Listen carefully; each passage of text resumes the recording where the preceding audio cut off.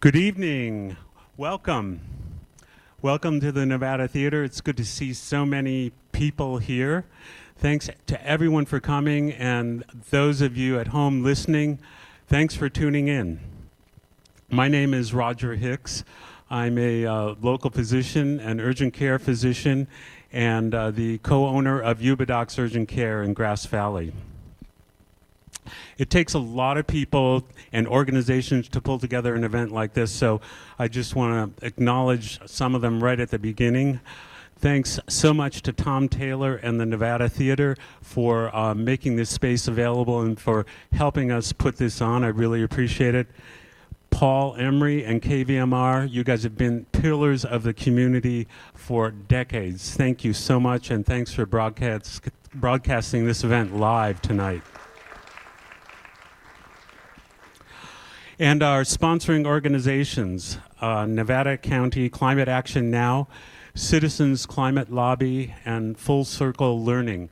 You probably saw in the lobby on your way in, they all have some tables and literature at the tables there, so please check that out on your way out. And finally, I want to acknowledge the rest of our team that is not up here on stage, and that's Dr. Christine Newsom, Dr. Bill Newsom, Dr. Jeff Kane, Deborah Gibbs, Dr. Dan Biebelheimer, Reed Hamilton, and Dr. Alex Klistoff.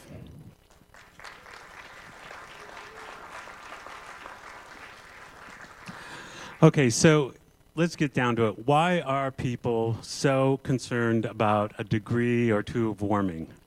You know, it's a little hard to figure out, especially when you live in an area like ours where the temperature can vary 30 or 40 degrees just in the course of a normal day. But you came to hear a bunch of doctors talk, so I'm going to start talking like a doctor. I think of the outdoor temperature and as like a vital sign for the earth, like, you know, blood pressure and pulse and that kind of thing. And then there's the average global temperature. So that's a different vital sign. The outdoor temperature I think of as like our pulse. And just like our pulse, it normally varies during the day. I mean, our pulse goes up when we exercise, it goes down when we rest. The outdoor temperature goes up when the sun's out, it comes down when the sun is not out. Now, the average global temperature, that's a different thing. That's more like our body temperature. And just like our body temperature, it's a much more stable thing. I mean, imagine if your body temperature went up by a degree Celsius. That's about almost 2 degrees Fahrenheit. So like your temperature, instead of being 98.6, it's 100.6, right? You wouldn't feel very good. And then imagine that that was like a permanent situation. It starts to take a toll on your body, just as it does on the Earth. What scientists are concerned about is, if it rises more than 1.5 degrees Celsius, which is be a fever of something like, 102. So global warming of the average global temperature, as that goes up, all of the effects that we know of scale with it. So like hurricanes, more severe hurricanes, severe events like, extreme rain precipitation, high temperatures during the day and more hot days, tornadoes. That's why the 20th hottest years on record have happened in the past 22 years. So I'm an emergency physician by training, and there was an article in the New England Journal of Medicine recently. The New England Journal is like the Harvard of medical publications. And it starts out, what can we do when the patient needing emergency care is the earth? What life support can physicians offer our ailing planet? I've done environmental work most of my adult life. Why? Well, not only because I love rivers and natural places, but because I know we are part of that web of life. We need healthy ecosystems and a healthy earth to survive. So tonight we're going to get into some specifics about climate change and its health effects from a public health perspective, from an adult medicine and a pediatric medicine perspective, and also from a youth perspective. We're going to talk about some solutions and then open it up to a question and answer from the audience. If you want to ask a question, hopefully you got one of these cards on the way in. If not, we have some very attractive, handsome, well-dressed ushers with cards there. And just please raise your hand and they'll give you a card and a pen. And toward the end, we'll collect the questions and then we'll have a panel here up on stage with our 4 other speakers. So with that, oh, that's me. Okay. Sorry, a little late on the draw here, but our first speaker is Ken Cutler. Ken grew up in Michigan. He graduated magna cum laude from Yale and then got his MD from University of California, San Francisco. He did pediatric training at Children's Hospital in Oakland, where he was the chief resident. And he got his master's in public health from Emory. He's a board-certified pediatrician, formerly the chair of the board of directors of Tahoe Forest Hospital. He's been our Nevada County public health officer since 2013. And he is currently the president of the Health Officers Association of California. He's been married to Mai for the past 20 years, and she's a psychiatrist here in the community. So please join me in welcoming Ken Cutler.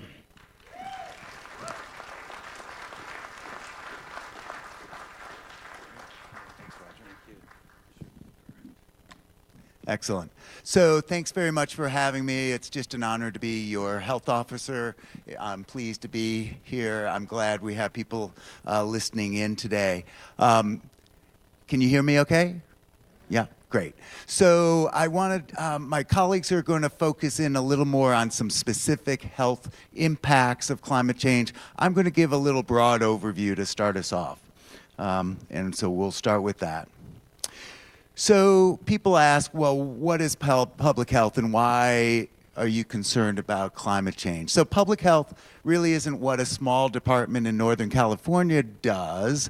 It's really what we as a society collectively do to create the conditions in which people can be healthy. It doesn't guarantee anyone health, but we try to give a level playing field where people have a fair and just opportunity. And so that's the definition of public health. So it's teachers, it's law enforcement, it's the custodian, it's the people doing our sanitation and things that make us a healthy society.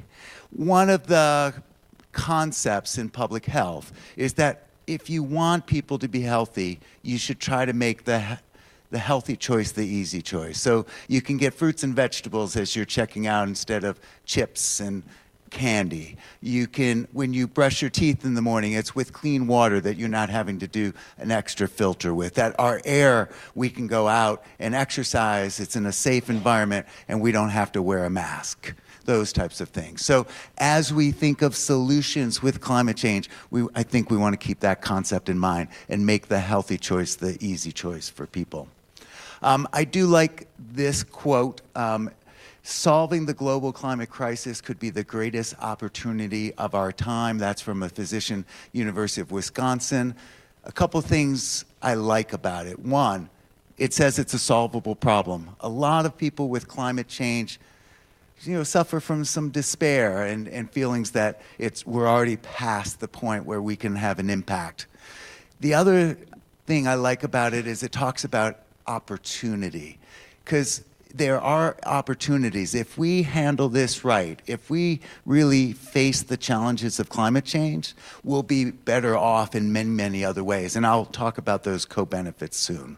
But I do want to say one thing about climate change and the crisis or emergency.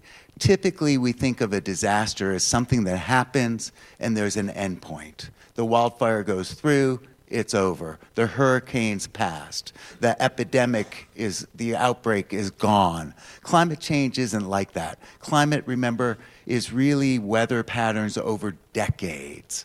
And so this is a long-term emergency, and so we're going to need long-term solutions. There's going to be no quick fix with it. One of the things we wanted to do was offer you really reliable, good sources of information. So I'd like to refer you to the 4th National Climate Assessment. These assessments started nationally about 20 years ago. It's 477 pages long, but if you go on the web, it's broken down into highlights and graphs and other things to make it much more digestible. But then Dr. Hayhoe, who's a climatologist at Texas Tech University, really succinctly said, the report is clear. Climate change is real.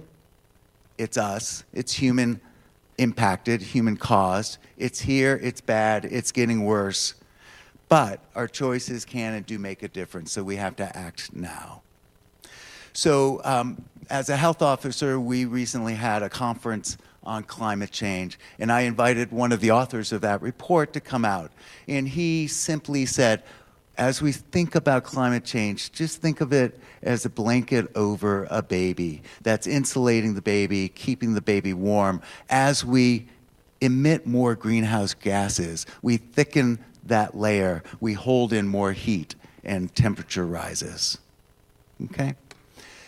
In terms of the climate change is here, it's now. We're all feeling that already. We have had devastating, traumatic wildfires. So if we have a hotter summer, delayed rain into the fall, we have more destructive, greater size, faster fires. The Paradise Fire was moving a football field every couple seconds. The recent Sonoma fire was close. And yes, there are a lot of contributors to the wildfires in terms of forestry management, in building out at the wildland-urban interface, et cetera. But climate change changes the risk. It makes the likelihood that we're going to see these fires higher and higher. And one of the points I want to bring home is it's one disaster begets another. So those folks in Paradise didn't just suffer from the damage of the fire. When they went into shelters, norovirus outbreaks, it's a virus that affects the gut, broke out, making them very uncomfortable, very, very sick. There was environmental damage. It wasn't just woods that were being put out into the air. All the paint thinners and chemicals and everything, the asbestos, the heavy metals that were in those buildings that burned, those got distributed into the atmosphere and threatened people's health. The infrastructure in Paradise was destroyed. In some places after the wildfires, there are mudslides that can also be deadly, and then we have long-term displacement of people. And I would feel remiss if I also didn't say that those people affected by climate change and its consequences like wildfire, it increases the disparities that we already have and the inequities that we already have. So the people who are going to suffer most are those who already have chronic health conditions, those who are suffering from poverty, those who have unstable housing, those that have fewer supports. So it takes those inequities that we're working on all the time to narrow and makes them worse. And then we had power shutoffs in order to try to prevent the wildfires, and that led to even more problems that we've had. Just to bring that point home in terms of wildfire risk, 80% of California acreage is in forest and rangeland. 25% of Californians are in high-risk areas. In Nevada County, I'll show you much higher percentage than that. And 8 of California's 10 largest wildfires just in the last 12 years. And then this I show you because if climate change goes on unabated, the temperatures, as Roger talked about, will go up. we're going to lose snowpack.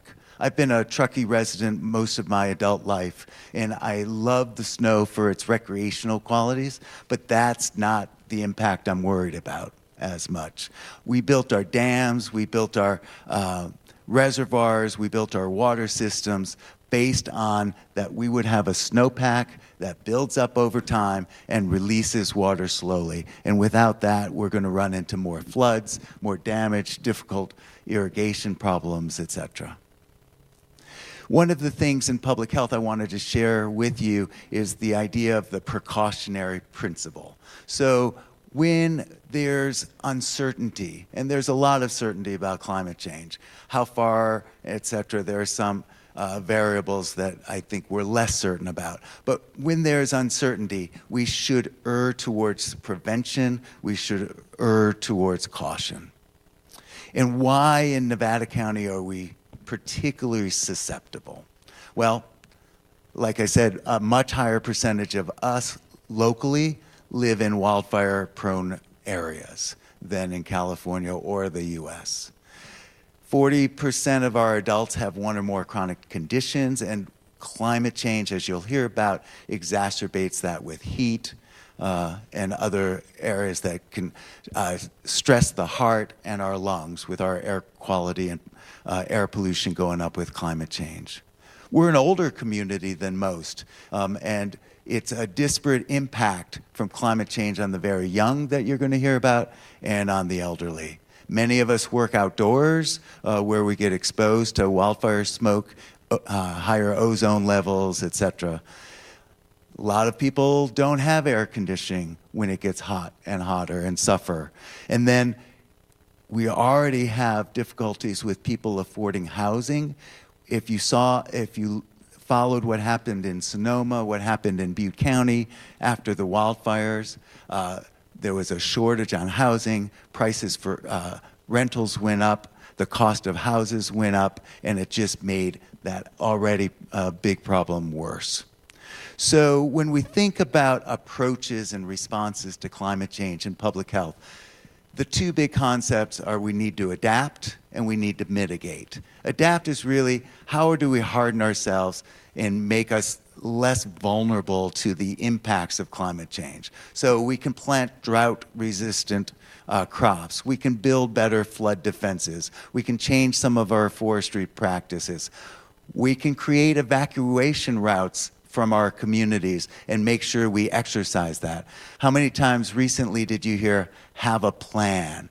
You know, have your medicines, know where you're going, know how to contact your family members. And those are all adaptations.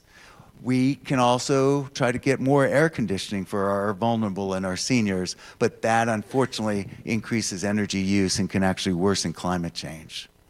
And then there's mitigation. Those are the actions that we're looking at to try to really decrease the magnitude change of climate change and also the long-term changes. So we have to reduce emissions. The good news is if we do that, we'll be breathing cleaner air and be healthier. We need to drive less. The good news is we'll be walking and biking more if we design our communities properly. We encourage people to eat locally produced goods, so it's not being trucked around. And that can be strong for the local economic development. And we can eat lower on the food chain and increase our plant-based consumption and have better nutrition as a result.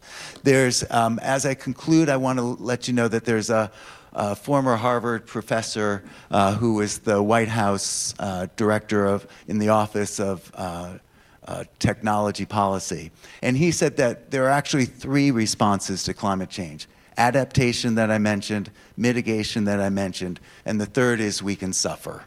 And he said it's really going to be up to us to decide what proportion are going to be those 3. What are the ratio? If we start working on mitigation, we'll have less to do. Our kids, our grandkids will have less adaptation to do and certainly less suffering. And I hope we move in that direction. So thank you.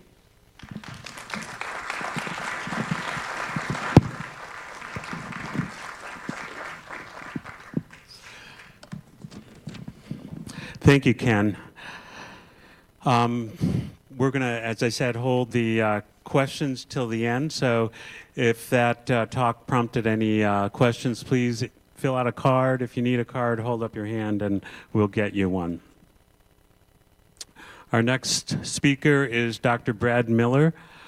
Dr. Miller got a BA in history at UC Davis, and he also got his MD degree at UC Davis School of Medicine.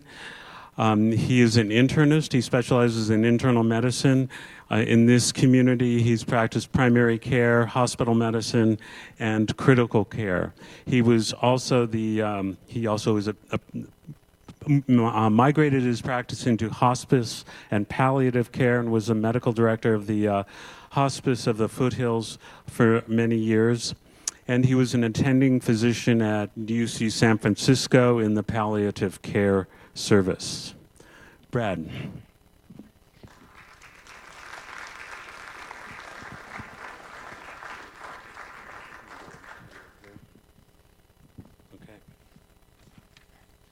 Thanks, Roger. It's a little chilly in here, so I might have to put my vest on. So welcome, everyone. And let me make sure here we go. So thank you for coming. I think, as Dr. Cutler pointed out, we're together at quite a remarkable time here in the wake of the regional disasters, our own wildfire risks, and the power shutoffs. I think that really brought it home for me and my family, and I bet it did for you too. But I want to thank you for your community spirit and your fortitude for coming out for a presentation of this sort. It's not the usual entertaining show on this stage. So a few objectives. As was pointed out, we're going to share some medical and public health perspectives on all of this. We're going to review some choices, which Roger's going to really pick up the ball on that at the end.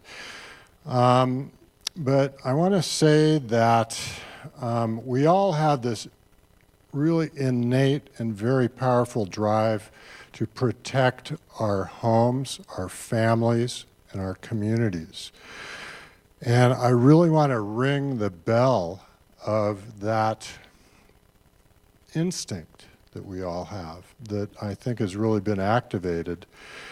And I want to say also that in preparing this really resonates with everything that is really deepest in the meaning of my life around my family and this community. So, a little bit more about myself. You heard a little CV there. I'm a lover of the natural world. I'm also a patient. I had a heart attack in 2014, and as you'll see, that puts me in a risk category. And that, I think, is probably common to a few people in this room. I'm also a husband, father, and grandfather, and so it's not hard to figure out why I'm a bit worried about this. These are my grandkids, and one thing about them, they're wonderful children. It's so exciting to see them growing up. But every time they get a virus, they wheeze, and they have to be treated by their doctor for asthma. And as we'll see, that does not portend well for their future in the climate change scenario. And so also, my really good friend Bill recently told me, we need to be able to tell our grandchildren that we did everything that we possibly could to address the threat of climate change. So this is a quote from the Oxford of medical publications, and Roger mentioned the New England Journal. 10 years ago, the Lancet was sounding the clarion call, climate change is the biggest global threat of the 21st century. And that reading more and more of that stuff is what drove me to dig in here. And really everything I'm going to be bringing you this evening comes from pretty recent medical literature in this regard, led by the field of public health. And although this is really a global thing, we're going to try to focus more locally and regionally here. So, like I said, my job is to survey the major anticipated health issues that are going to come down from climate change. And I'll tell you what, as Dr. Cutler indicated, the prognosis is not very good. This is worrisome and difficult stuff. And I want to just say that I assume in your coming here tonight that you're interested and ready to take a closer look at this. So is everybody okay with digging a little deeper? Okay. So let's have a look at this stuff together. This is a list of the topics we're going to go over, and Dr. Kettler did a nice job introducing this. I'm going to focus on the first three here: heat-related illness, air pollution impacts, and then mental health and well-being. I'm going to quickly touch on water quality, waterborne illnesses, vector-borne illnesses, that's mosquitoes and ticks. And Sarah Werner is going to talk a little more about food and nutrition issues. So really, I think it should come as no surprise that since the earth is kind of hurting, human health is also in trouble. And as Dr. Hayhoe and Dr. Cutler reminded us, this is real. And really what we got to do is first really look carefully with clear eyes and calm awareness to focus on our opportunities for making things better. So the old saying, in every crisis, there's a lot of opportunity. And so I want to raise your awareness, your knowledge, and empower you all to consider some actions. And as we go through this, you might feel a little distress or anxiety stirring, and just be aware of that. Just be mindful of that. But also begin to think about the practical solutions and plans that you can make as you learn more about all this. So this is a list of the vulnerable populations. Dr. Cutler covered this quickly, but it's kids and the elderly. Anybody elderly about there? I'm in that group now. Chronic illnesses, heart, lung disease, diabetes, neurologic. We have so many stroke survivors, folks with Parkinson's, multiple sclerosis. And then, as Dr. Cutler very succinctly put it, people who are in, whoopsie daisy, low income, poor, deprived communities, they're going to get hit the hardest. There's blighted neighborhoods, substandard housing, no airco, poor screening, and what are called urban heat islands. So it's going to hit them harder. So climate change and the health outcomes all take place in a complicated social and behavioral and institutional context. There's a physical environment, land use, whoopsie daisy, sorry, my new clicker is just really raring to go. Geography, infrastructure, ag, and then there's all of the different ethnic issues, housing, and there's access to care. We don't have that one settled yet either. Pre-existing health conditions, and all these combine with all of the climate factors that we're all very familiar with to create what we call exposure pathways. The heat, the air quality declining, water, infectious agents, and that results in a variety of health impacts that we're going to go over. So what about extreme heat? And this is a pretty obvious one. Anybody who's taken a hike in the Yuba Canyon in July knows about this. There's lots of local variability in this. And so what we experience as a heat wave in Grass Valley for people who live in San Francisco is really different. Down there, they start to see impacts of this in the mid-80s, and that's, I think, good to know. Outdoor workers, Ken mentioned, are also in the vulnerable group.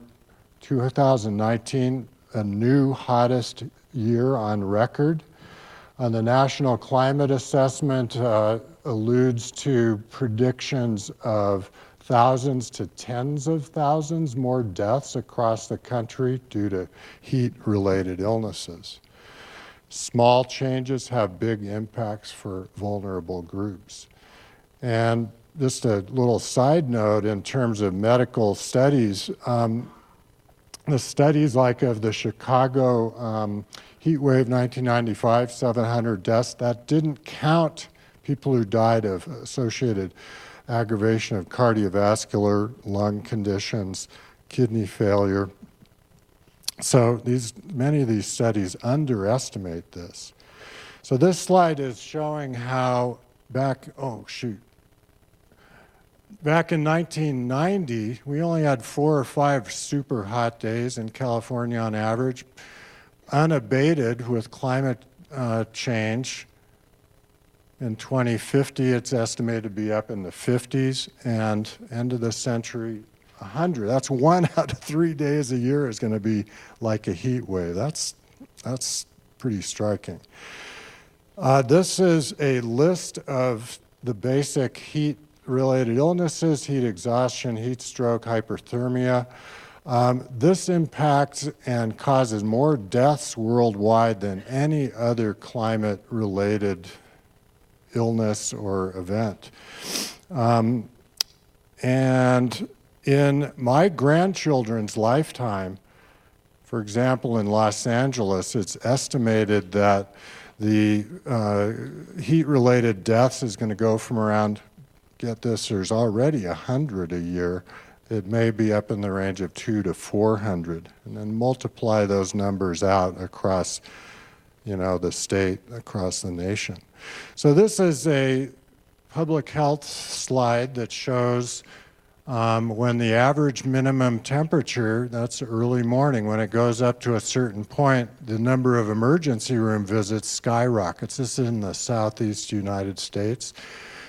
And it goes down, it goes up from, a couple to 1,400, 1,500.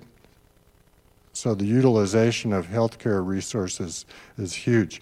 And this is more local data from Stanislaus County that shows a similar pattern. So what about air quality? And really, this is the big one. We all got to breathe. And so what we're talking about here is ozone and particulate matter and associated chemicals that go along with that, coupled with the wildfire smoke, pollen counts going up, and more allergy-related stuff, and impacts especially on people with the chronic conditions. And these are the most common things that we deal with in hospital medicine, emergency medicine, amongst adults and kids. So this is a slide, a lot of data in here from the American Lung Association. Ozone is smog, particulate is soot, just to kind of break it down. Ozone's more responsible for very acute symptoms like right now, and the particulates more with the both acute and chronic illness. And then this is just a list of all the things that the literature has demonstrated are associated with really bad air: premature death, reproductive harm, developmental harm, asthma, lung cancer, cardiovascular harm. There's more heart attacks on really bad air days, etc. Also, a little factoid to quote is that there's 7 times more deaths due to air pollution estimated in California than motor vehicle accidents. It's over 20,000 a year now. And I didn't find any numbers for you on projections for the future, but it's not going to be very good, I'm afraid. This is Nevada County data. There's a state of the air report that comes from the Lung Association every year. And, you know, Ken already alluded to our big population of folks like me.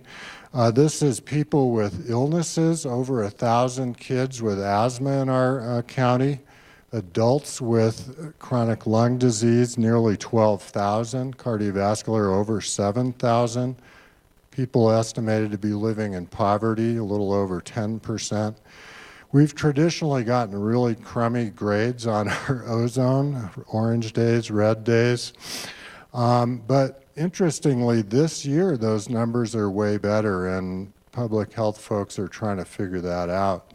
We don't quite know. There's some ideas about that. Maybe it's due to more electric cars in the valley.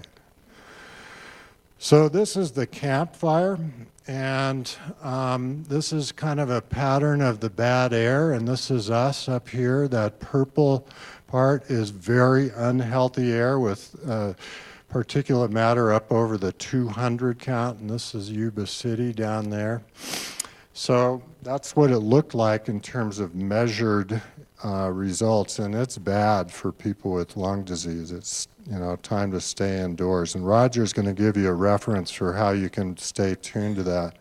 This is what things looked like in the Bay Area during and just after the campfire. Down there, they were sitting by the dock of the bay and watching the time wasting away.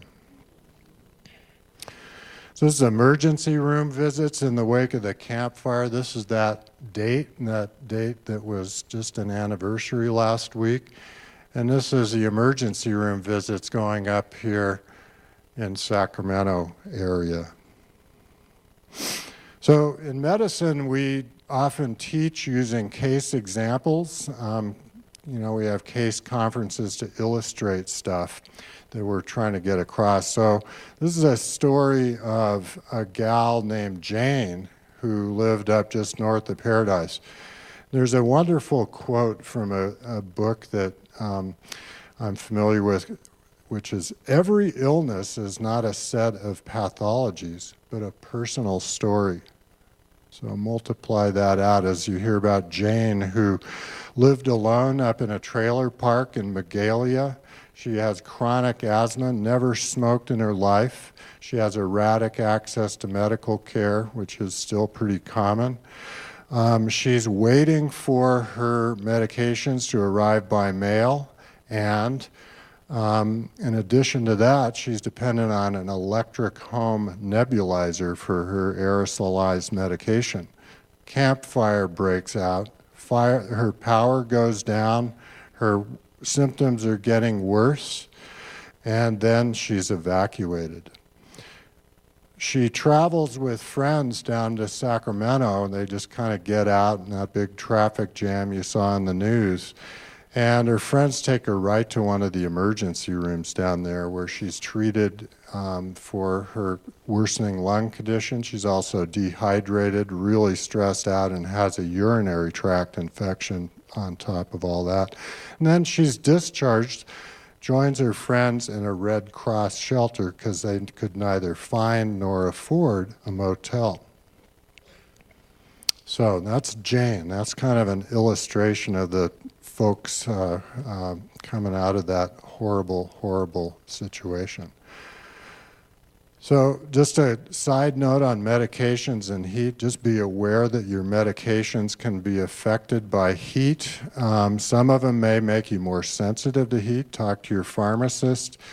This is a list of some of those medicines: blood thinners, insulin, a whole bunch of them. We have a handout, I think, that covers some of this stuff. Be ready to transport your medications protected in a cooler. Don't leave them in a hot car.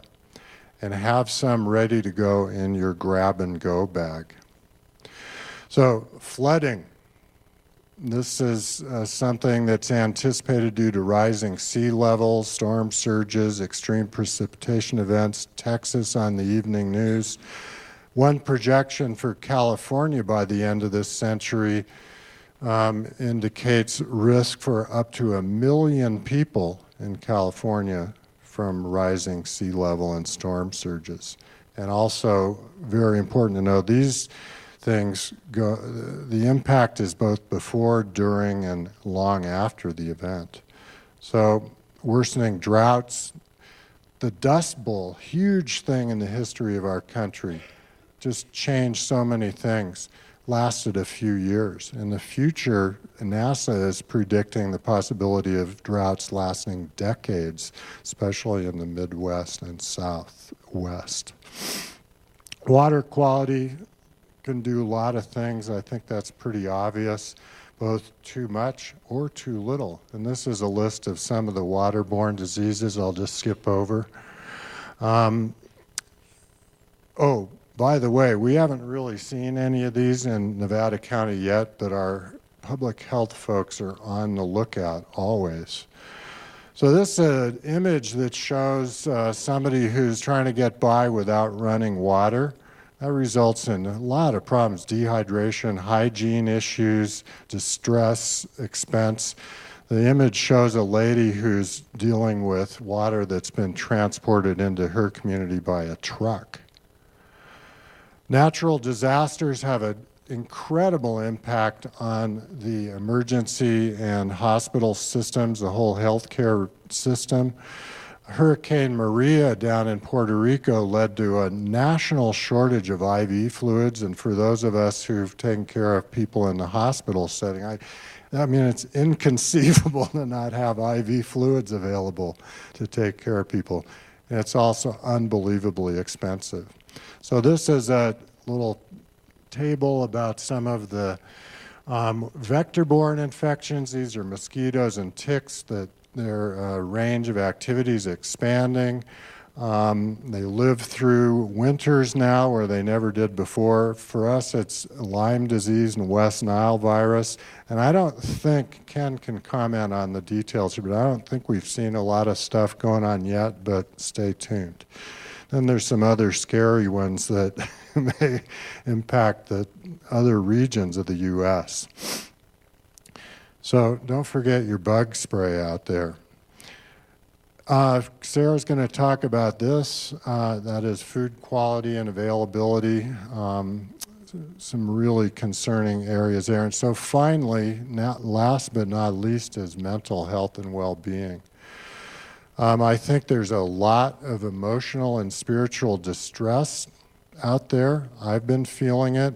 Anybody else still vibrating with that? For folks who already have mental health problems, it's extremely aggravating to those conditions. It's also true that these kind of distressing, disastrous events have an impact on people's future health, especially children. Sarah's going to cover that a little more. There's some medications used to treat psychiatric disorders that especially increase sensitivity to heat. And then what about Jane, who we talked about a few minutes ago, down to Sacramento, shelter. Jane, fortunately, was able to move back home. Her home was not destroyed. She's been moved to reconnect with her faith community. She's suffering from a lot of insomnia, though, and maybe some other related issues. And she finally just broke down and made an appointment with the county mental health folks. So how are you all doing with this? How's your inner climate, so to speak? I know that we're all feeling this. So we've just done a very quick whirlwind tour through climate drivers, exposure pathways, and this just tries to put it all together. Doctors love slides like this, but this puts it all into a neat image. It's a very concerning one. These risks all overlap and cascade, and this is a model. We don't know exactly how this is going to play out, but I think that precautionary principle takes us a long way to knowing what would be a set of good things to do. There's opportunities. It's not too late. I'm very hopeful about this, and in this community we know every day that we're all in it together. One thing I've learned from taking care of the sickest people in this community is that people are unbelievably resilient and creative. And as Roger's going to tell us, there's a lot of health co-benefits from reducing carbon emissions. It's going to take a lot of vision and courage. This is a huge problem. It's kind of overwhelming. I feel overwhelmed just reading about this and preparing this talk, but we need to put one foot in front of the other and keep Abraham Lincoln's words in mind. The struggle of today is not altogether for today, but for a vast future also. So thank you. I look forward to your questions.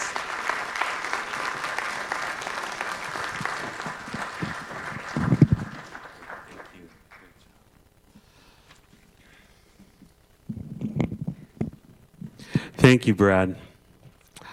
It's my pleasure to introduce, that'd be nice. Our next speaker, Dr. Sarah Warner. Sarah got her MD at UC Davis, where she also did a fellowship in pediatric hematology and oncology.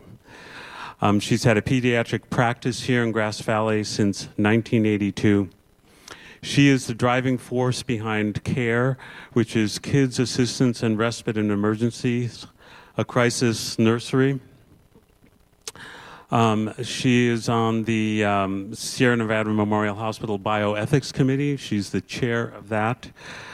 She's on the board of directors of the Kellerman Foundation and is on the Dignity Health Planning and Strategy Commission.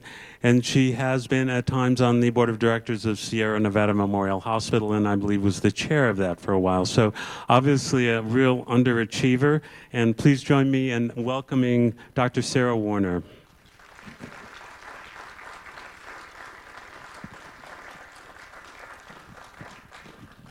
Thank you.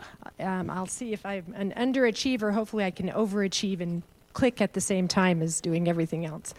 Many of those things I'm not doing anymore, but I'm now a climate advocate as well. I'd like to add that. All right. Let's see if I can go the right direction. All right, so what I'd like to talk about today is most of the items have already been talked about, but I'd like to specifically talk about kids, since kids are what I'm all about in my work and my life, and leave you with a couple key points, because the logical conclusion, if we really think of these points, is that we have to do something. We don't have a choice not to do something. We may think we do, but if we're really looking at the future of ourselves and our planet, we need to act. So, first of all, kids are more vulnerable than adults. We all know that, and kids are our future. Those are the 2 points that I want to keep in mind. Now, how are kids different than adults? Obviously, they're smaller, but they differ in their physiology. They're built, they have big heads, little bodies. That's why babies look a little odd. And they have a larger surface area. They can't maintain their body temperatures as well. They have a faster metabolic rate. If we had the pulse of 120 like a newborn baby, we'd be admitted to the hospital, but they breathe faster, their hearts beat faster, their air exchange goes faster, so they will actually take in more of these polluted airs that we're talking about than adults.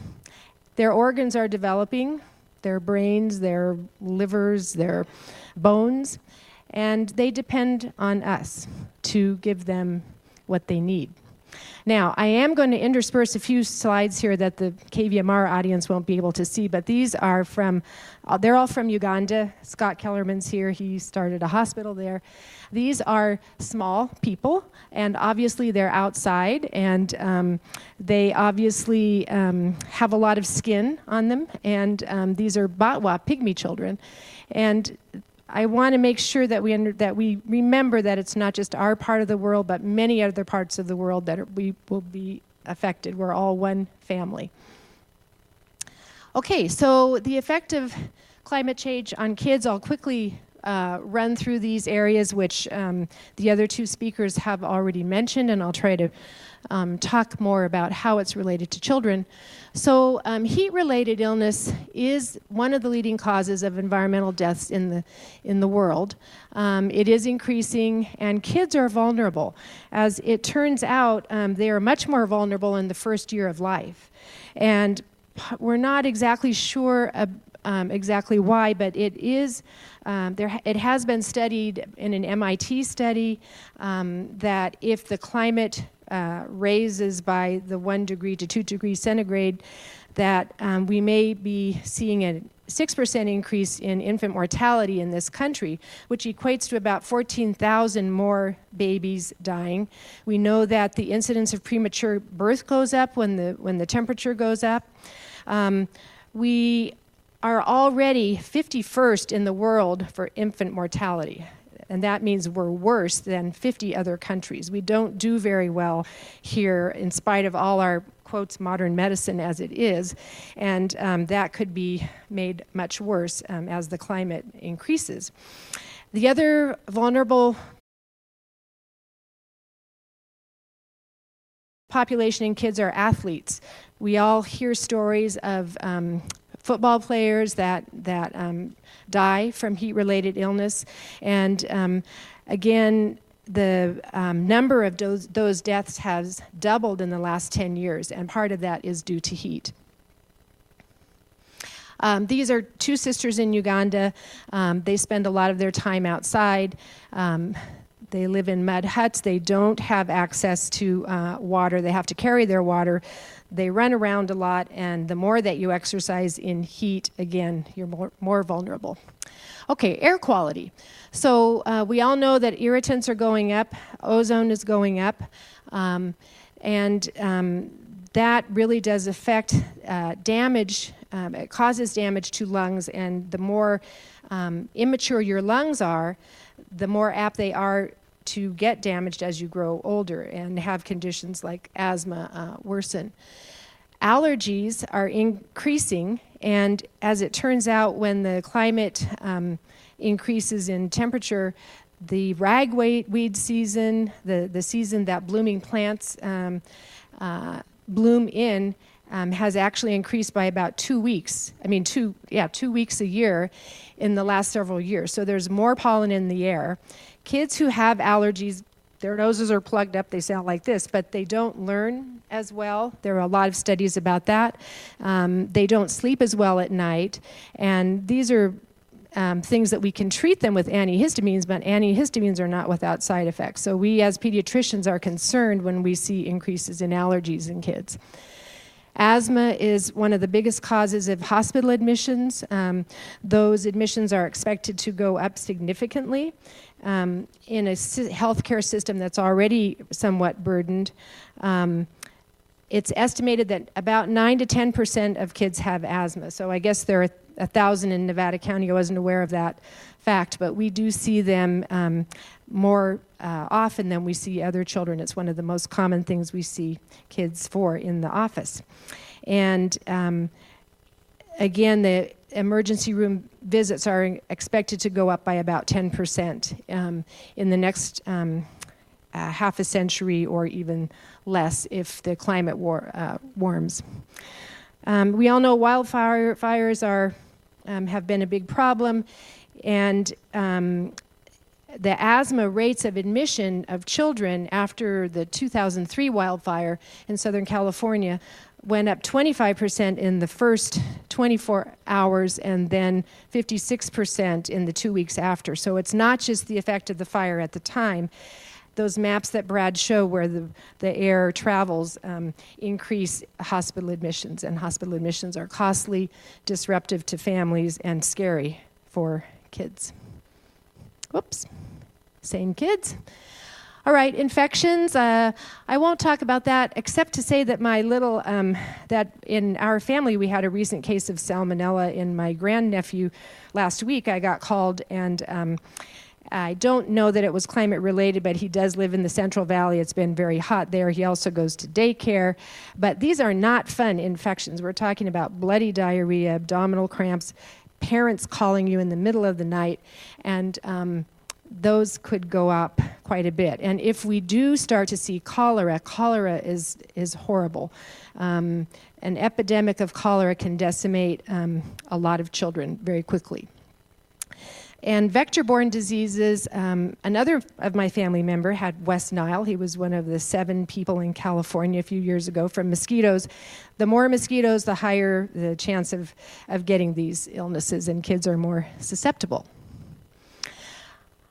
In extreme weather events, again, kids are smaller, they fly through the air, they have thinner skin, they tend to get injured more easily.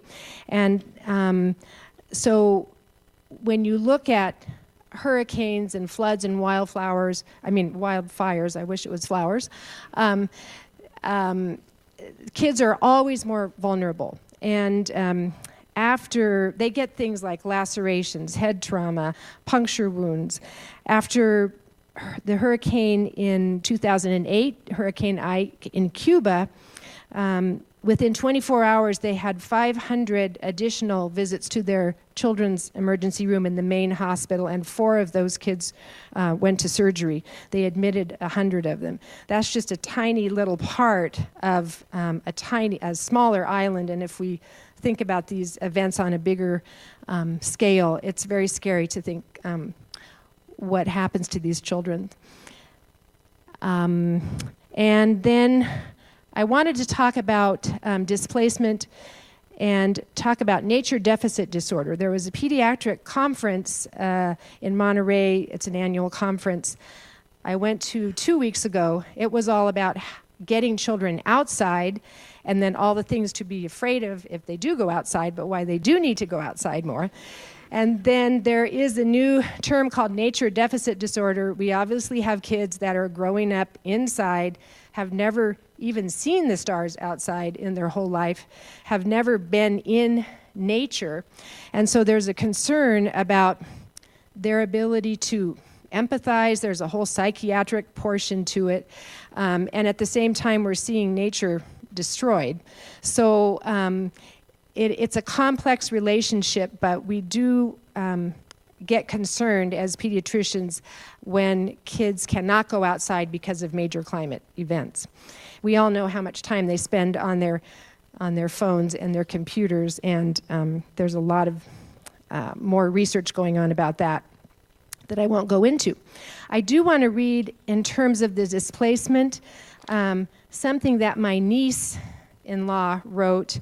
She posted it a week ago, and I'll read it to you, and then I'll tell you the story. Let's see if we can get the right. I thought I was going to have the world here, but I'm going to turn this off for a second just so I can read this. Her name is Kristen. She and my nephew live in Occidental. They both work at the Marine Lab in Bodega Bay, and she just got published in the LA Times, an article about her because she's been culturing white abalone and releasing them into the wild. It's been a very successful program so far. I took my family to a beach yesterday with no other humans. She has 2 little children. I saw a river otter paddling in the surf and whales hugging the shore. I felt sand in my toes, warm sun on my cheeks, and a light breeze in my hair. Today I walked through cathedrals of redwoods. I craned my neck at trees more than 1,000 years old, felt the squish of soft needles under my shoes, and passed deep breaths of bay and pine through my lungs. Today, I ate fresh November tomatoes and strawberries from my garden and savored rockfish that swam under Jason's kayak just hours earlier. I am slowly repairing my relationship to this land that has recently brought trauma to me, my family, and so many others. Fire is a part of the ecology here. I don't yet know that I can live with that long term, but I'm striving to learn that I can still love this place despite its terrors. So Kristen was evacuated from Occidental. She packed up the kids.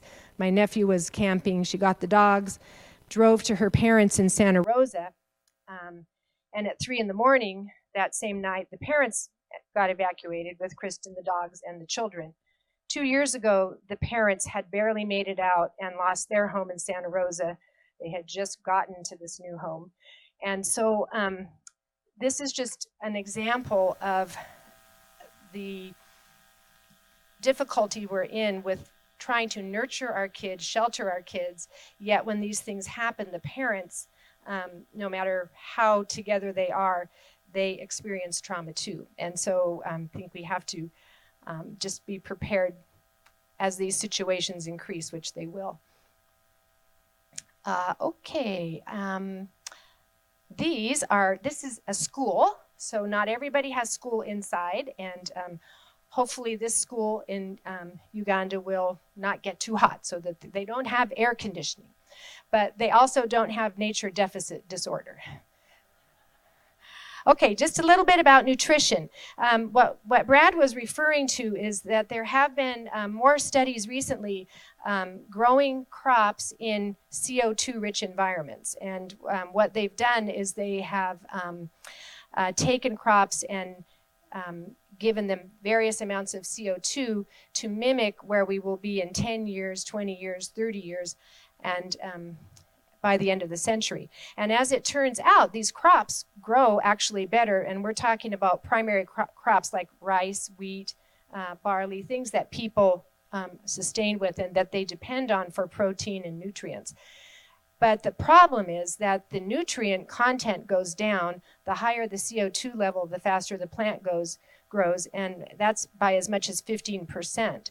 So when you have a major crop that's sustaining a population that may already be borderline nutrition, and you take down the protein value by 15%, we're going to be seeing many, many more children who have something that is in this slide that maybe only Dr. Kellerman would recognize. But does anybody notice anything about any of these children?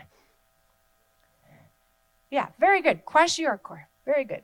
So these kids look pretty good, but this guy, you see how puffy his face, his hands are edematous, and I think his hair is lighter because I already know that he doesn't have enough protein. But if you go to Uganda, you can pick out the kids with kwashiorkor because their hair is red and everybody else has black hair. Well, we'll see more redheads if their crops start to have less nutrition. So that's just one more not so positive thing about climate change.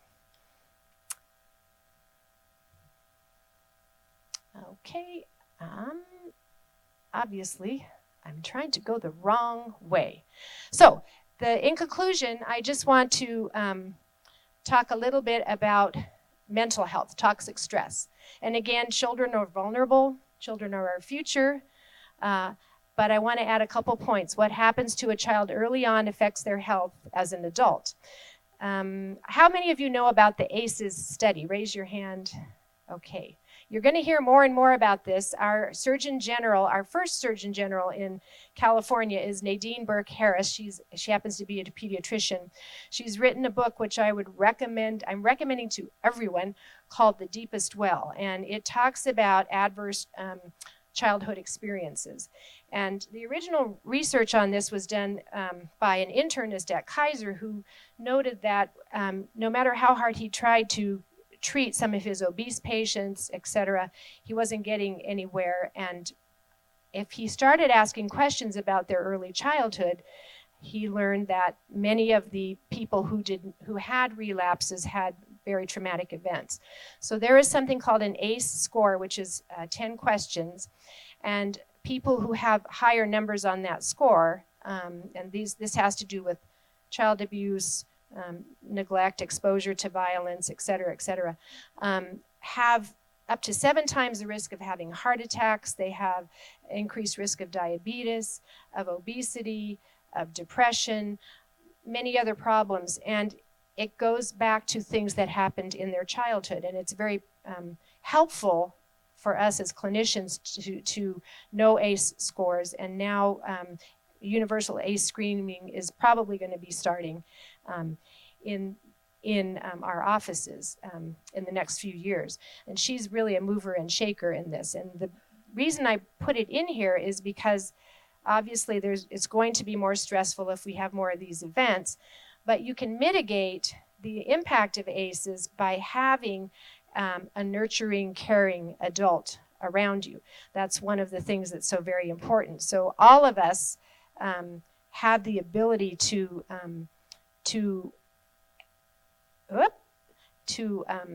not do blackouts, but to to help with this. And the same thing goes for climate change. We all have the ability to help. This one more slide. This is a family that I was asked to see the day before I left Uganda. There were 5 children who were younger children who were being raised by a 14-year-old sister because both of the parents had died of HIV/AIDS, and then the 16-year-old brother, the oldest person, was out looking for food. So again, kids exposed to a lot of things early can suffer a lot of things, but having adults who are hopeful around them is very important. That's why it's so important, even though this is a bummer of a night to hear about all these things, that we all need to remain positive. So what can we do? We need to accept where we are. Some people still do not accept, but that's a whole other psychological science of denial that I think we need to understand more. We need to acknowledge what we can and can't do, adapt, as was said, and then act. You don't have to look at this really, I wanted to emphasize that the American Academy of Pediatrics, my society, is very much into advocacy for helping with climate change and educating about the impact of children. That's why I'm here tonight. And I just want to mention one other thing before I finish, and that is that I'm an obligated reporter as a pediatrician. If I see child abuse or neglect, I'm supposed to report it. And so it dawned on me that if people are not acting on this, that I may have an obligation to report them to CPS, and I'll have to really think about whether I should be doing that or not. Okay, so just to finish, kids are vulnerable, kids are our future, they're our responsibility, and they are fun. So if they don't have Toys R Us or anything else, they will make their own fun. That's a soccer ball made from plastic bags. That's a bicycle, also used as a transport vehicle that makes him money. So that's it. Thank you.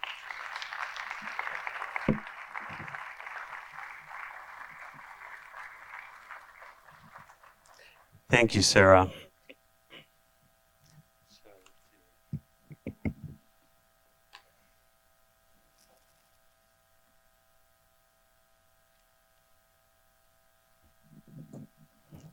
Okay, so let's see. We're going to have a little technical thing here that hopefully goes as planned.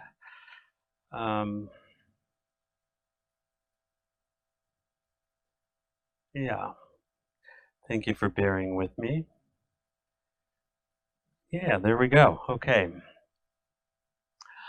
Well, that was quite a lot. Quite a lot to take in. A lot of really serious and depressing stuff. So what do we do? How can we as individuals have any impact on an issue as huge and as complex as global warming? And how do we deal with the changes that have already happened? It can seem overwhelming. You are one person. This involves the whole planet. Well, what I try to do is think globally and act locally, because I believe we can each have an impact, starting right here at home. Well, you could say, well, what difference does that make? So what if we do get some things done right here in our own backyard? Well, think of saving the earth one backyard at a time. Now, just to be clear, I consider the Yuba watershed to be my backyard. But if everyone who works to protect their own backyard, not only does that patchwork of protected areas grow, but the awareness spreads and it builds on each other. the consciousness spreads. One thing I love about this community is there's so many people who share my philosophy, my outlook. That's why they're willing to roll up they care about big global issues, but to roll up their sleeves and do something right here at home. And because of that, Circle, the South Yuba River Citizens League, is able to get 1,000 volunteers every September to help clean up the river and the watershed.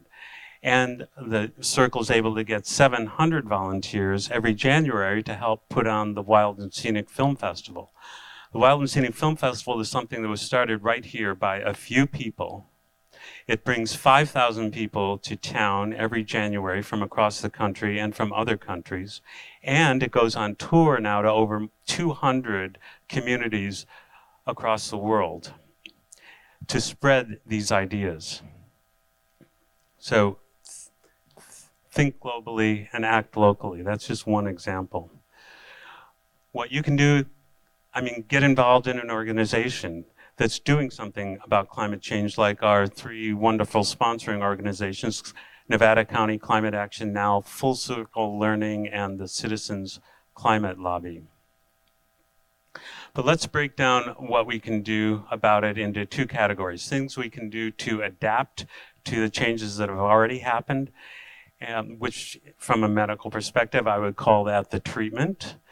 And things we can do to keep the situation from getting worse or to even improve it, the prevention. When doctors approach disease, you can either try and prevent it, or if that doesn't work or it's too late, then you treat it. We can think of climate change in the same way. So as is mentioned, heat's one of the things that's already happening. We're having hotter days and more of them. Most heat-related illnesses are made worse or stem from dehydration, so staying hydrated is critical. We need community shelters, in my opinion, for heat. There are people that don't have or can't afford air conditioning in our community, and just as other communities have shelters for hurricanes or tornadoes, I think we're going to need shelters for heat. People who have lung disease, allergies, asthma, or other lung diseases would benefit from air filters in their homes. Not everyone can afford that, so that may be something that that we can help as a community, help do. And those who are who have conditions triggered by wildfire smoke, you can get one of these. This is an N95 filter.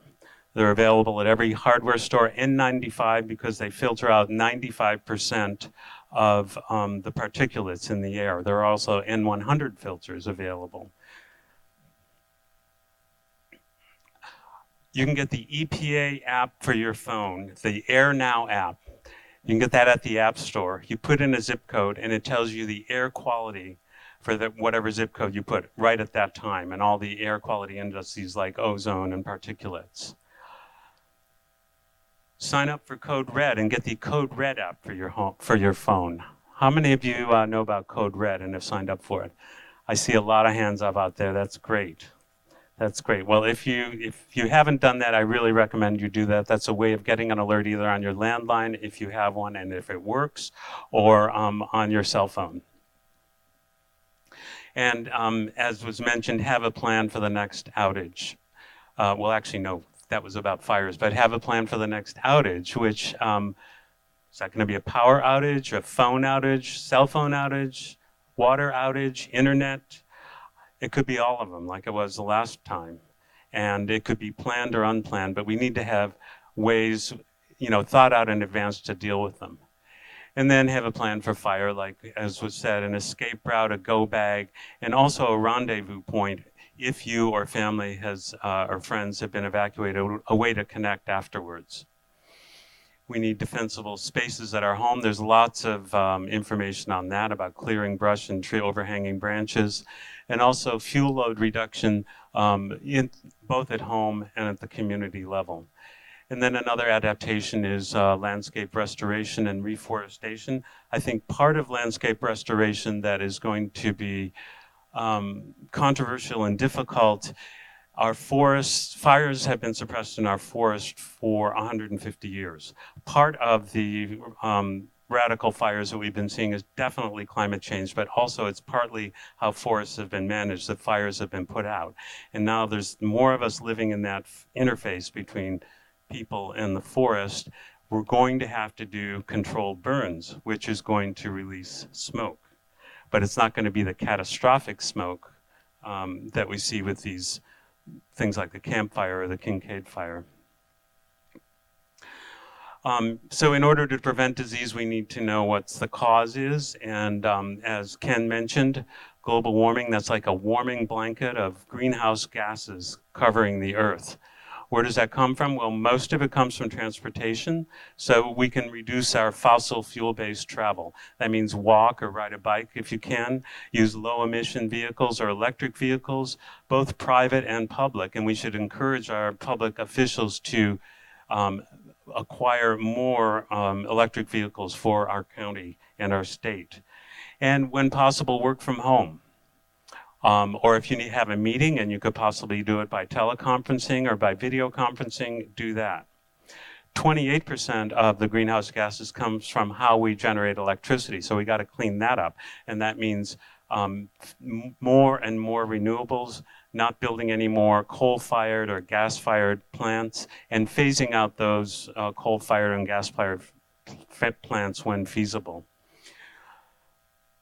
And then there's also some lifestyle things, like as was mentioned, eating lower on the food chain. That doesn't mean you don't ever have a hamburger, but maybe eat meat less times a week if you are an omnivore. And then locally sourced and organic foods. So the prevention thing. Some of these are lifestyle changes. The most important of which, and is probably not a lifestyle change for you, is getting out and voting. We do have an election coming up next year. I don't know if you've heard about that. Most of you have. Good, that's good. Well, voting matters, both on a local, state, and national level. We need to work to get climate-focused leaders elected. And then when they are elected, hold their feet to the fire and make sure that that climate is like at the top of the agenda. Jay Inslee was the first presidential candidate who made climate change at the center of his campaign, and he won't be the last. And I'm so glad to see that, whereas in 2016 there were no questions asked about climate change in the presidential debate, this time the Democrats had 2 sessions, or they had to break it into 2 sessions just on climate change. There's a thing called climate capitalism, and that's the school of thought that says there's more money to be made addressing climate change than in continuing to make it worse. Twice as many Americans worked in the wind industry as the coal mining industry last year, and we installed more solar than fossil fuels. Renewable energy is the fastest growing source in this country, and wind energy is the fastest growing in the world. So this is climate capitalism. There's money to be made, and whenever there's money to be made, people are going to do it. So to me, that's optimistic. And I would say also that leads us to make climate conscious investments. If you have some investments like a 401k, put it in climate conscious companies. There's also a carbon fee and dividend, and the thought behind this is that we should be paying the real cost for fossil fuels, and we never have. They're subsidized, both in the extraction and the production, well, mainly in the extraction, but also because we don't pay the full cost for the damage that they do. This is similar to the tobacco industry and all the mega settlements, lawsuits to get the tobacco industry to pay for some of the public health costs that society has paid for, that you and I as taxpayers have paid for, to take care of people with lung disease and other tobacco-caused health problems. Air pollution has been mentioned as a major thing. There are some real threats to our air quality coming from the administration right now. They want to repeal the plans that are already in place to reduce carbon emission from power plants. They want to remove the limits on methane emissions from oil and gas operations, roll back the mileage and emission standards on vehicles, and of course, void California's waiver, which has allowed us for decades to have stricter emission standards and mileage standards than the rest of the country. And there's like science is, now it's a belief, whether you want to believe in science, according to some of our highest elected officials. There's all this effort, including some announcements just yesterday, to deny science. So we got to get rid of that. But I think one of the most important things we can do is talk to people. Talk to them about the urgency of climate change. How do you do that? It's not easy. But you know what? Thanksgiving is coming up, and there's going to be some real opportunities to talk to people with different viewpoints, like that crazy uncle. I mean, how do you talk to people who think that climate change is a hoax? You want to have reasonable discussions where people listen to each other and really exchange views, not one where one person wants to stab someone else at the table with a carving fork. And you certainly don't want a fight to break out at the table. So how do you do that? Well, everyone talks about the weather, but in many parts of the country, climate is really not discussed. According to a New York Times survey, about a third of Americans discuss global warming, at least occasionally with friends and family. And that would be, you know, this western part of the country in the purple here. And maybe that's because we've been affected the most by droughts and wildfires, but also in South Texas, in Florida, South Florida, where there's been hurricanes, and along the coastal South Carolina, and in New England, not just the real liberal parts, but all parts of New England, people talk about climate change more. But then there's vast parts of the country where people never do. And pollsters and statisticians have created maps that show that most people, especially on the coasts in the Southwest, think that climate change will harm them. That's the map on the left, and the orange and beige colors. That's virtually the whole country, for those of you listening on the radio, except for some spotty areas in the middle, think that global warming will harm people in the US. But then, if you ask them, do you think it will harm me personally? Almost no one. Almost no one, except for a few parts of South Texas and California. If people have built their identity on rejecting a certain set of facts, arguing over those can be seen as a personal attack. They take it like, what do you mean? This is my very being. So I think the best thing to do is start from the heart. Start with shared values. Talk about climate change like from common ground. Do we both have children? Are we both parents? Do we enjoy the same outdoor activities? Do we care about the economy or maybe national security? The military has called climate change a threat multiplier. All we really have to be is a human living on this planet, because it's already affecting us today. Flooding, wildfires, stronger hurricanes, drought, typhoons. Fear is not a good motivator in the long run. It's not going to do it. That was a mistake. It's what we need is a more long-term solution, because this is going to be with us for a very long time. And I'm trying to, let's see. I guess what I want to end with is to say that what each of us does, the choices we make, how we spend our time, how we spend our energy, and how we spend our money, it does matter. In fact, it's the only thing that matters. There's a quote attributed to Margaret Mead that It goes something like, if you think that a small group of dedicated people doesn't make any difference, doesn't make a difference, it's actually the only thing that ever has. So with that, I'm going to bring out a couple chairs, and I have the honor of bringing up a guest. So hold on just a sec.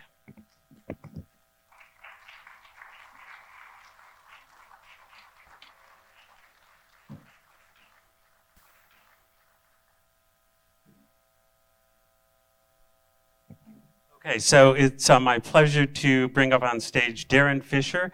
He is a 16-year-old junior at the Sierra Academy of Expeditionary Learning, and he's going to talk to us about climate change from a youth perspective.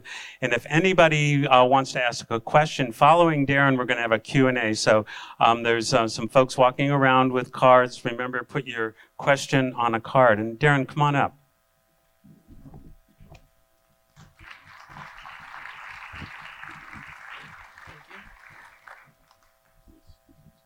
Yeah, okay.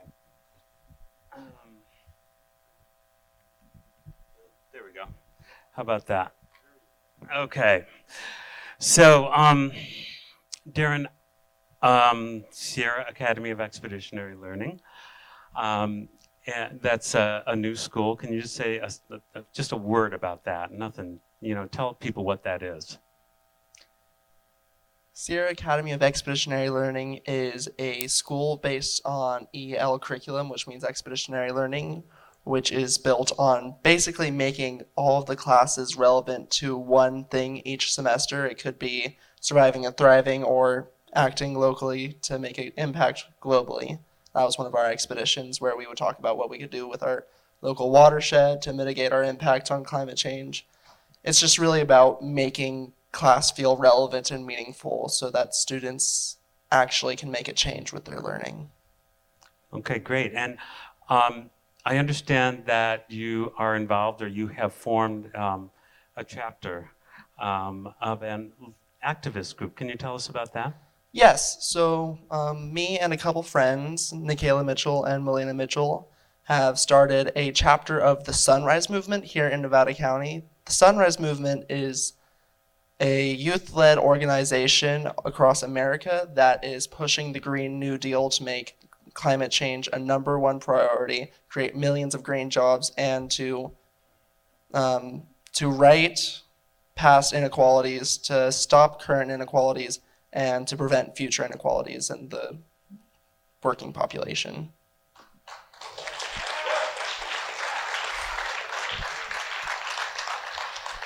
That's fantastic. And the Sunrise Movement was involved with the recent climate strike, right? Yeah. Yeah. And how did that go locally? It went great, and I believe in Nevada City we had about 300 to 500 people in front of the city hall, and then Grass Valley had similar numbers. Fantastic. So you've had a good reception for the Sunrise Movement. Yes. Great. Well, so one of the things we talked about tonight was the mental health effects of climate change, and I'm wondering how you see that. I mean, what do you see, or are there mental health effects among people, your colleagues and your peers, people your age? We are scared. We are anxious about it, and not all of us are hopeful about it. There is a general acceptance that maybe our future has already been taken from us and that there isn't much that we can do about it. There's a disappointment amongst us. And some anger too, I would think. Yeah. And so how are you dealing with that? There's a wonderful Joan Baez quote that relates to this question exactly. Basically, the Joan Baez quote says that action is the antidote to despair. And that's why I'm here tonight, and that's why the Sunrise Movement has started with me and my friends. And that's why I'm hopeful. Right.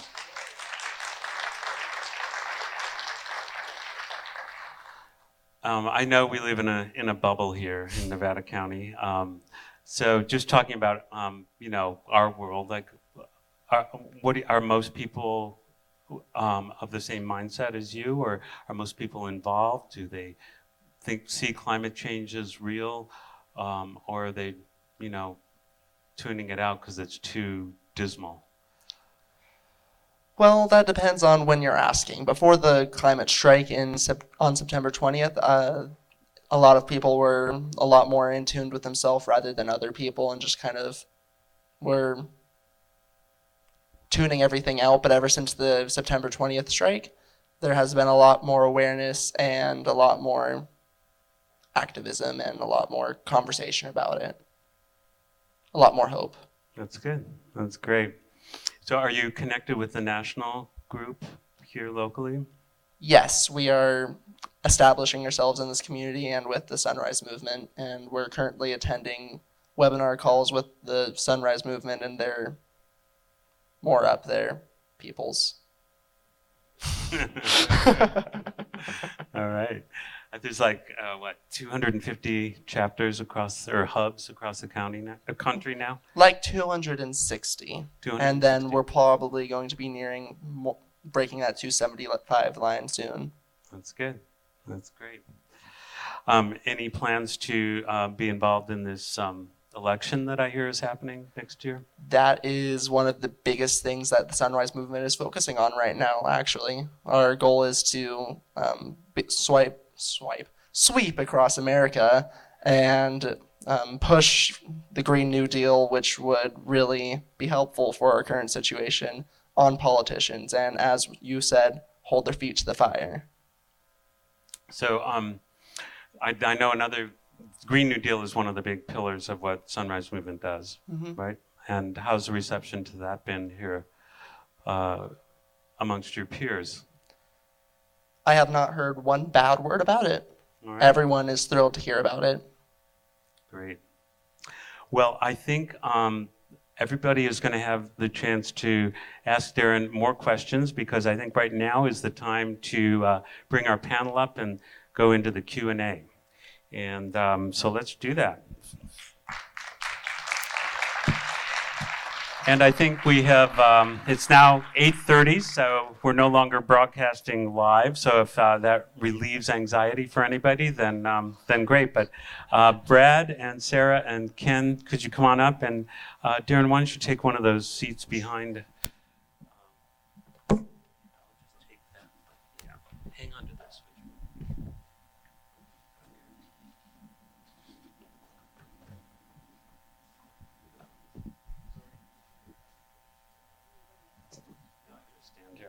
Yeah. Great, thank you.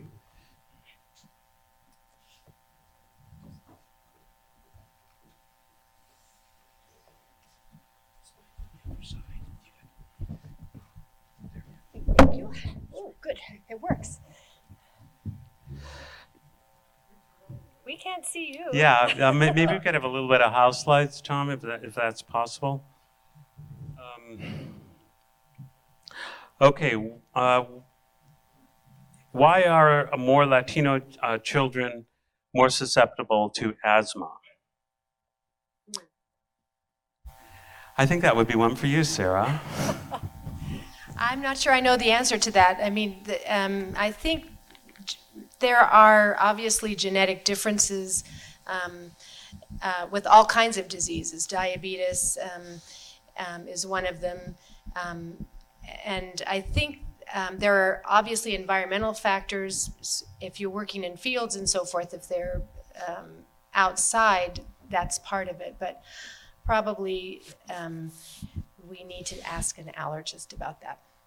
Though, I mean, I think the point is that kids in general have more reactive airways. So anything you do to irritate those airways can cause them more distress, because their windpipe is smaller, their bronchial tubes are smaller, the diameter is smaller, so the same amount of swelling, if you are breathing in ozone and you're causing a few millimeters of swelling, they're going to have to work a lot harder with thinner muscles to get the air in than an adult. And so no matter what race you are, if you're young, you're more vulnerable.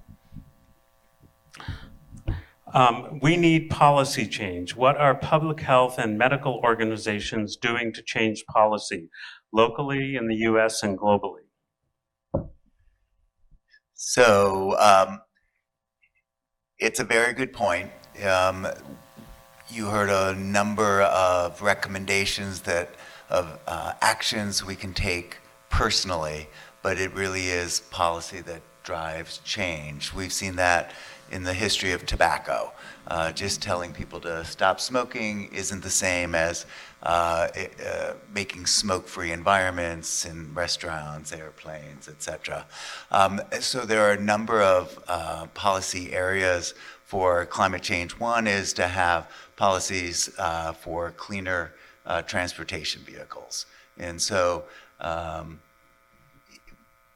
in Norway, for instance, they have moved up to almost 50% of their vehicles are now electric vehicles. And that is because they've made them tax-free upon purchase, reduced costs for parking, so multiple incentives. And I think you're seeing a lot of California local governments change their purchasing policies in terms of more efficient appliances, cleaner burning vehicles, increased policies towards teleconferencing as opposed to travel, etc. You'll see food policy changes as well to decrease food wastage. That's happening locally and in other places in California. So I'll add a couple comments. I wish I had brought the U.S. call to action, which is basically a petition and a number of policy points concerning recommended actions nationally. And this has been endorsed by the American College of Physicians, which is kind of the internal medicine national organization, the American Medical Association, which has traditionally been very conservative. They dragged their feet about Medicare 50, 60 years ago, but they are on record as supporting policies that address climate change. They also recently came out with a recommendation for a curriculum to be created for medical schools and also for physicians in practice. And so I'm very encouraged by that. And there's a long list of other relevant organizations, nursing organizations, etc. So that's encouraging. How about the World Health Organization? Do you know, Kenny, the question also included globally. I don't know what they're doing. Well, I've visited their website. It's kind of dizzying to see all of the activity that's going on among a lot of motivated professional folks. And the World Health Organization has a number of policy statements about this and activities, research studies, and they are way on board with all of this. Our local hospital is affiliated with the Dignity Health system, and Dignity Health, actually, if you go to their website, they have some very wonderful endorsements of pretty much the things that we're talking about. They agree that from a national and a global perspective that climate change is a health crisis. And we're hopefully going to be doing a little more conversation with those folks. We are also going to do a medical education program in January for our medical staff locally. There's also an organization of hospitals, large numbers of hospitals that Dignity is part of that have changed their purchasing programs, the types of cleaning solutions they use, the types of generators they have, et cetera, in order to make them have less impact on the environment. So the hospitals really are getting on board and organized about it. And that's what we need in all aspects of society. Great. How can our community respond to bad air related to wildfire smoke? It's difficult because wildfire smoke moves very rapidly. As soon as we put out a warning that the PM 2.5, the particulate matter, is elevated in a certain area, in a couple hours, that can change radically. So if you look at our messaging out to people, it's basically to try to be indoors as much as possible. If you have air conditioning, to use that to filter, to decrease physical activities under that, to use the N95 respirator really as a last resort. They're not designed for children at this point. Or for people with beard spread. Right. And they can increase the work of breathing. So it's good if you have a chronic condition, talk to your physician ahead of time and say, in the event that we have worsening air quality, do you recommend, given your knowledge of my situation, whether I use a N95 or not? So, one other little but potentially significant thing is it's recommended that, when the air is really bad, if you don't have air conditioning, go to a movie theater for the matinee. You get in the air-conditioned environment. Libraries, other places. That's right. Mm-hmm. And unfortunately, sometimes poor air quality events can last for weeks, and sometimes actually getting out of the area, if you're able to, either based on family or job responsibilities, that for some people is actually necessary. How can, this is a question for you, Darren, how can older adults be good allies to youth in the Sunrise Movement in Nevada County? How can we assist you? Well, the first thing that you can do is talk to any youth that you know to see if they're interested in joining the Sunrise Movement. That would be very helpful. You could attend demonstrations or fundraisers or campaigns that we do. If we do any trainings, advocate for your youth to attend the training.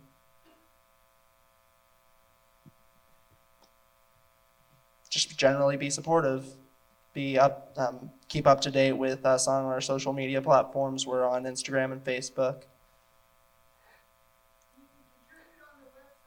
And you can contribute on the website. Yeah, I was going to say, how about donate? Oh, yes, and donate. Yeah. That's a lovely option. Yeah. Sorry, I'm a little new to this. Any activist movement needs some money to keep going. So yeah, if you want to help Sunrise Movement, another way is to donate. Go ahead. One way that you could help right now is to consider if you want to attend a demonstration that we're organizing for November 29th and for December 6th from 10 a.m. to 12 p.m. at Kellerman Park and Broad Street Bridge. It's just a follow-up of the protests that we had on September 20th. And it's just pushing the Green New Deal more on politicians and action for the climate crisis. Because we got some nice words from the September 20th strike and that kind of week of strikes, but we haven't seen all that much action, and we'd like to see more. I also want to encourage you and all of your colleagues when you turn 18 to register to vote. We'll certainly vote in that way when we register to vote when we're 18, but who says we're not voting now? Okay, let's see. Does our local hospital track air quality related to ER intakes? So emergency room visits related to air quality. If not, why not? So when air quality reaches certain levels, unhealthy for sensitive groups, unhealthy, hazardous, we, in not the most formal way, reach out to our clinics in town, Western Sierra, Chapaday, and ask, are you seeing more lung-related problems, urgent visits, and we reach out to the hospital emergency rooms too, and that helps us be aware of the difficulties people are having with it. So that's a routine thing that we do during those events. Okay. What is the concern about insect and disease migration from warmer climates moving north? And is there an anticipated increase in skin cancer?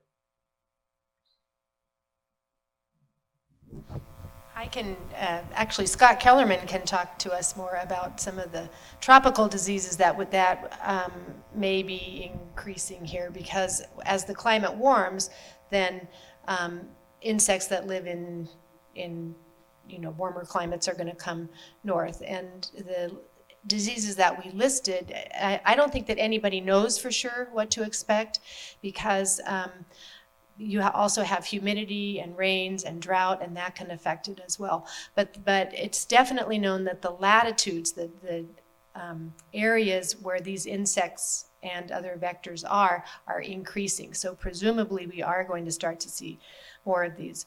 As far as skin cancers, the pediatric conference I just went to, we had dermatologists, and definitely skin cancers are on the rise with more sun exposure.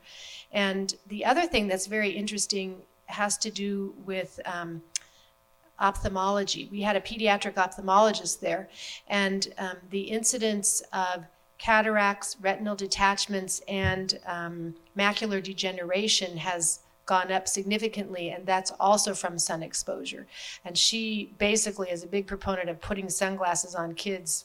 She put sunglasses on her baby on the way home from the hospital, and that's a little much, but we are going to see that. The other thing that's increasing, interestingly enough, which has to do with not being out in nature and having to do with screens, is myopia. They're predicting that up to 90% of people will be nearsighted. The distance when you're just looking at your screen versus being outside, hiking, looking at trees, looking down, that focal length does not exercise your ciliary body and your eye, and so that has to do with your eyes. So there are a lot of effects that in the long run, are not as devastating as fleeing from a wildfire, but that will probably be affecting our population. And one more thing on the insect and vector-borne diseases, I think there the two things. One is these insects, many of them are killed by frost. So as the climate warms, then like here, the snow line moves up the mountain, right? We used to have a lot more snow here when I first moved here in 1979 than we do now. So that means that, ticks and mosquitoes will survive year-round in areas where they formerly didn't. And the other thing is that since there's more warm days throughout the year, the winter is shorter, then there's more time for them to bite you. Darren, what impact do you think Greta Thunberg has had on the climate debate? Sorry, I didn't hear you. And Ken, could you pass the mic, please? Oh, he's got it. Oh, you got one. Okay, great. What impact do you think Greta Thunberg has had on the climate debate? Well, she's certainly given a lot of our generations a lot more hope.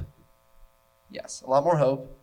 She's made it a bit more obvious to politicians that this is not something that the youth is going to stay quiet about, and that we would like to grow old, and we don't like the fact that it's very likely that our growing oldness is not going to happen, and it has been stolen from us.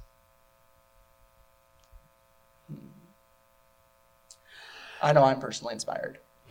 Yeah, she's inspirational. I mean, she's a force of nature. Just amazing, I think. Ken, this might be one for you, but what is Nevada County doing about transportation for our most vulnerable population who don't own cars during events like we've been talking about, wildfires or heat waves, et cetera? Right. So public health partners with many others in the community. And so Freed was instrumental in really helping during the last series of PSPSs, the public safety power shutoffs. We've been calling them public utility power shutoffs because I'm not sure that the public safety is always improved with them.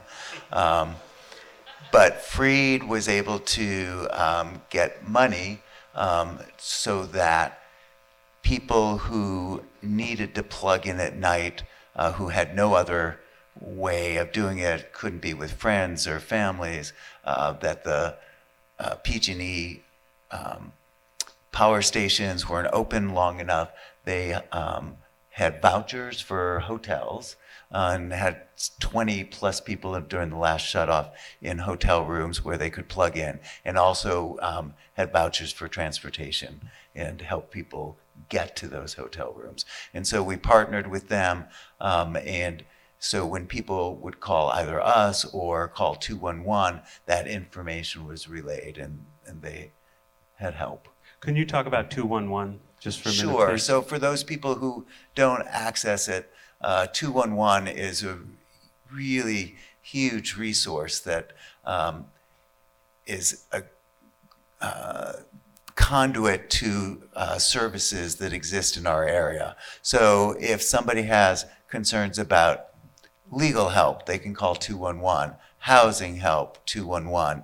Medical access and coverage, 211. They're a one-stop shop that we use a lot, and they track their calls. They're open 24/7. They were extraordinarily busy both with wildfires and with power shutoffs. They have accurate, up-to-date information, and they're a wonderful thing to have in the community. Thank you. I'm going to add one more thing, more of a suggestion that probably everybody here has thought of. In our neighborhood this summer, we got the neighborhood together to talk about what's the plan in the event of fire, et cetera. And part of that was to have a buddy system. And so if you are aware of a neighbor or a friend, I'm sure you're probably already buddied up with somebody who matches the description of this question: no transportation, frail, et cetera. So, you know, sticking together is really a good plan.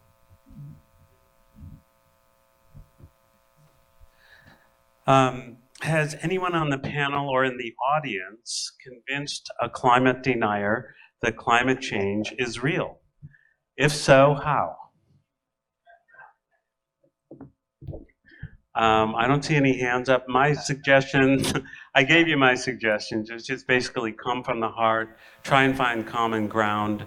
You know, are you both parents? Do you care about, you know, national security? Do you love the same outdoor activities? That kind of thing. I don't know how else to do it, but I do know we got to be talking about it. My husband's mom is 99, and she's starting to come around. And this Thanksgiving, I hope we've got her. We'll see. That's great. Can anyone comment on the impact of ocean acidification on health?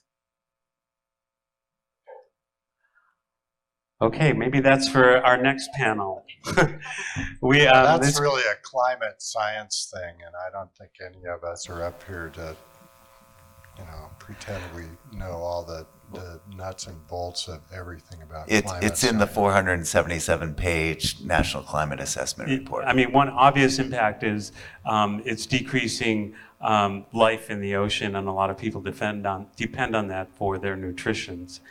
I think we just have to research it more, and on our we're going to take this on the road, by the way. No, I'm kidding. But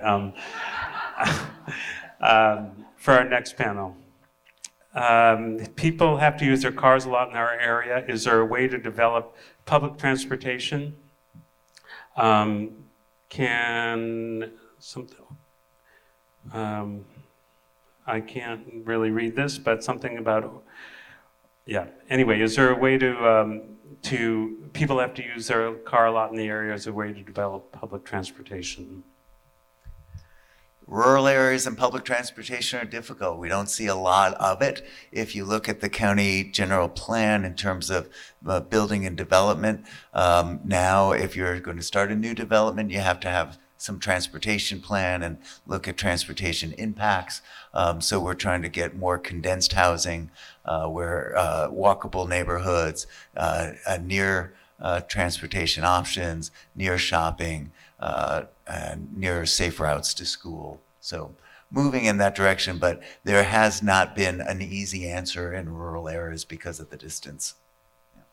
And again, vote and hold your elected officials' feet to the fire. Local, state and national. That's certainly a valid issue for our local and state well, for all of them, I'd say.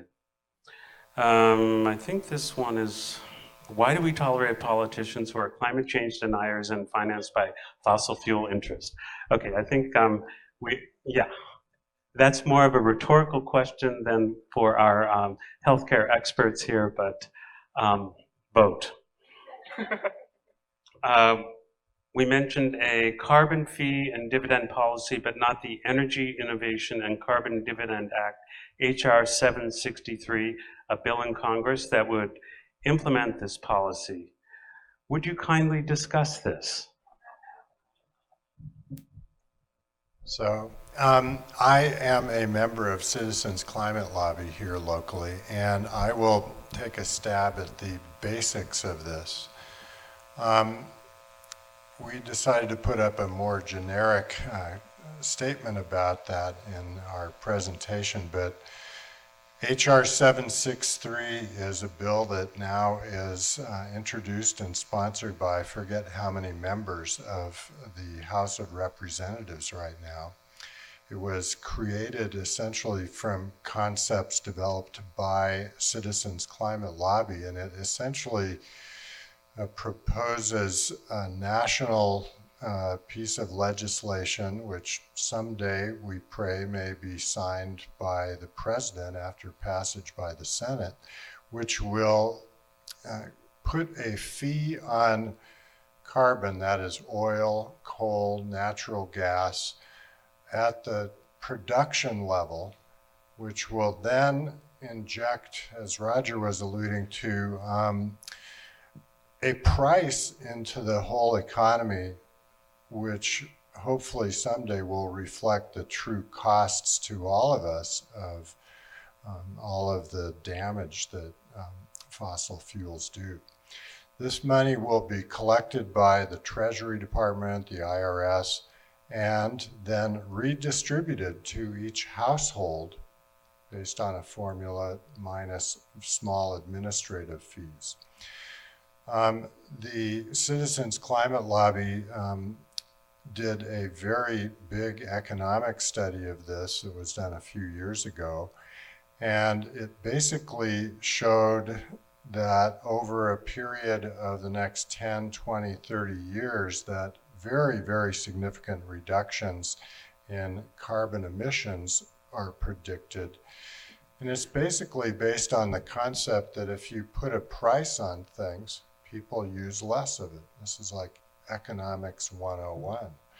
And it's been true in the tobacco industry, for example. There's a lot of other details. I recommend, if you're interested in learning more about this, to go to the Citizens Climate Lobby website, which has a whole lot of more details. But that's sort of the essence of the proposal. It's before Congress right now. So. Thanks, Brad. It's almost 9 o'clock, so I think we have time for just two more. Can you comment on the benefits of a plant-based diet, health, CO2 production, and so forth? Anyone want to take a stab at that? Darren. Go ahead. Great.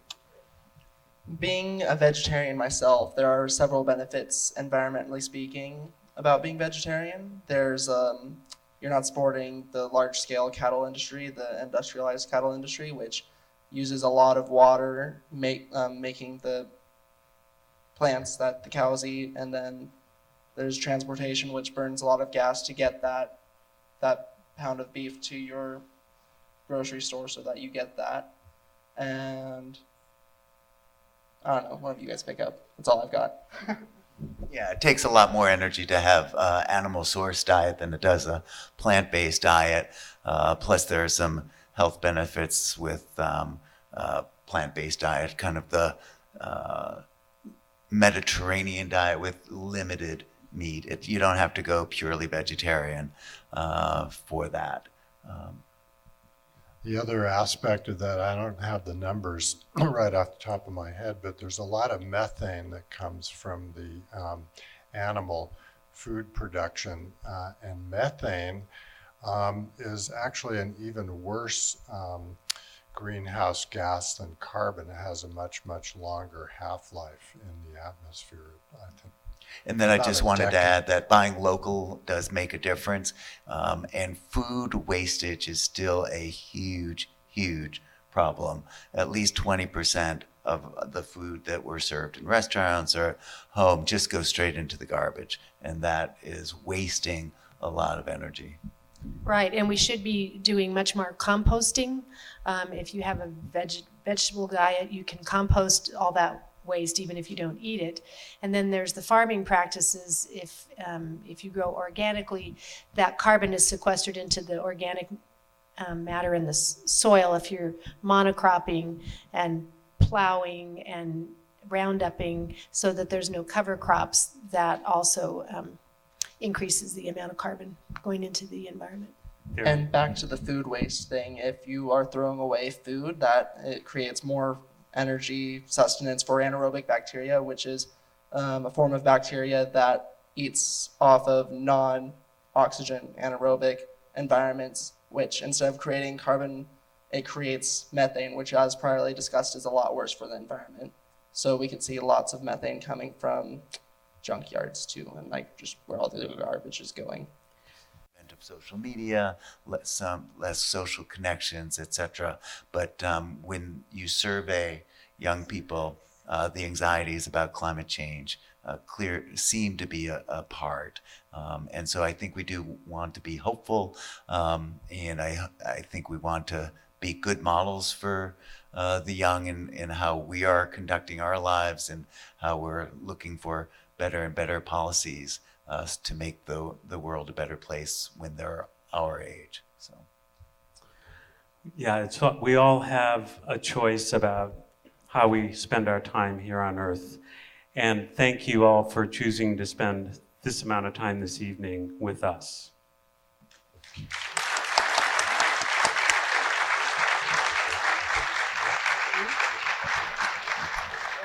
We have one announcement before we all break, and this is Dr. Christine Newsom. I just wanted to let you all know that we've heard a lot of important and very sobering information tonight, and nobody, I'm sure, was taking notes, but if you would like to have some written information that summarizes a lot of what was talked about tonight, there is a handout on one of the back tables entitled Climate Change, What Can You Do?, that summarizes a lot of what was discussed. On one side it has some summarized notes, some resources and websites, and on the back it has groups you can join locally that include the Citizens Climate Lobby website and the Nevada County Climate Action Now website. So please pick up one of these sheets as you're leaving. It's the table that's in the back right corner there. Thank you. Thank you all.